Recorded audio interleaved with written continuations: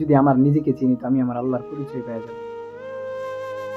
মানে আরাফা নাফসাহু ফাকাদ আরাফাহুল্লাহ, যে ব্যক্তি নিজেকে চিনে যায় ওই ব্যক্তি আল্লাহকে পেয়ে যায়।